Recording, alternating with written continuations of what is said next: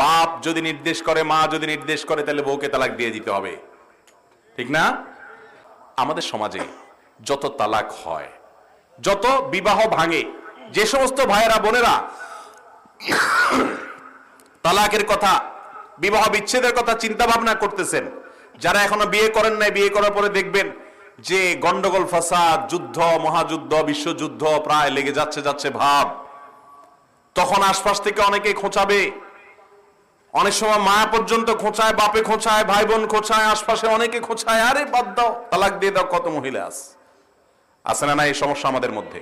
ভাইরা আমার, ভালো করে শুনে রাখেন, অনেক মহিলা আছেন, তাদেরকে একটু বেশি ফুসলায়, ইবলিসও ফুসলায়, মানুষ শয়তানেও ফুসলায়, ইবলিস শয়তানেও ফুসলায়, মানুষ শয়তানেও ফুসলায়। তথাকথিত নারীবাদীদের অনেকে এই নারীবাদের স্লোগানের নাম দিয়ে অনেকে আমাদের মা বোনদেরকে উস্কায়, ছেড়ে দাও স্বামীর সংসার, নিজে পরিশ্রম করে পায়ে দাঁড়াও, স্বাধীন হও, মুক্ত হও, একজনের গোলামি ছেড়ে হাজার মানুষের গোলামি করো, এই তাদের স্লোগান দিয়ে তারা বের করে। ভাইরা আমার, হাজার হাজার মানুষের অভিজ্ঞতা আমার কাছে আছে, শত শত নয়, হাজার হাজার মানুষের।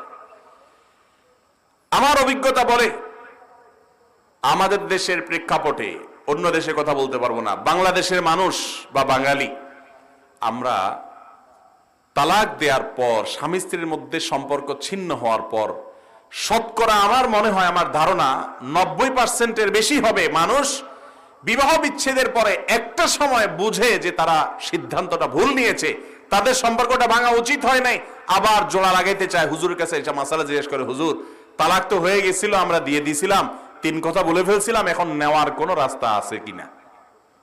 এই সমস্যা আছে না নাই? অসংখ্য মানুষ বলে।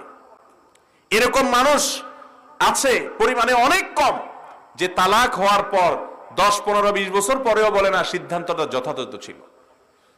বিশেষ করে আমার বোনদেরকে বলবো, বোন আমার, যারা আপনাকে ফুসলায়, স্বামীর কোন ত্রুটি বিচ্ছুতির জন্য সংসার থেকে বের করতে চায়, আমি আপনাকে বলবো সবর করেন। আজ স্বামী আপনাকে কষ্ট দিচ্ছে, শাশুড়ি কষ্ট দিচ্ছে, ননদ কষ্ট দিচ্ছে, এই শাশুড়ি চিরকাল বেঁচে থাকবে না, এই ননদ চিরকাল এই সংসারে থাকবে না, আপনার এই দিন চিরকাল এরকম থাকবে না। আজকে স্বামী অমানুষ, একদিন সে মানুষ হবে, মানুষ না হলে ছেলে মেয়ে তাকে মানুষ করে ছাড়বে। আপনি সবর করেন, ইনশাআল্লাহ আল্লাহ তাআলা আপনাকে সবরের বিপরীতে মেওয়া দিবেন।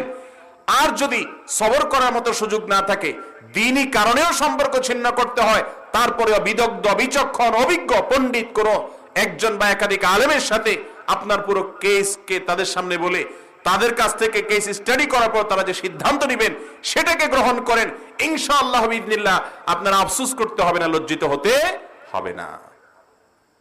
ভাইরা আমার, তাহলে আমাদের অভিজ্ঞতা বলে যে যে সমস্ত মা বোনদেরকে ফাসেকরা, ফাজেররা ফুসলিয়ে ফাসলিয়ে স্বামীর সংসার থেকে আলাদা করে দিয়েছে, তালাক হয়ে গেছে, এরপরে 2, 4, 5 বছর পরে, 7 বছর পরে তারা একজন স্বামী, একজন অভিভাবক খোঁজে, কারণ একজন নারী হিসাবে পৃথিবীতে চলতে তার একজন অভিভাবকের প্রয়োজনীয়তা সে অনুভব করে।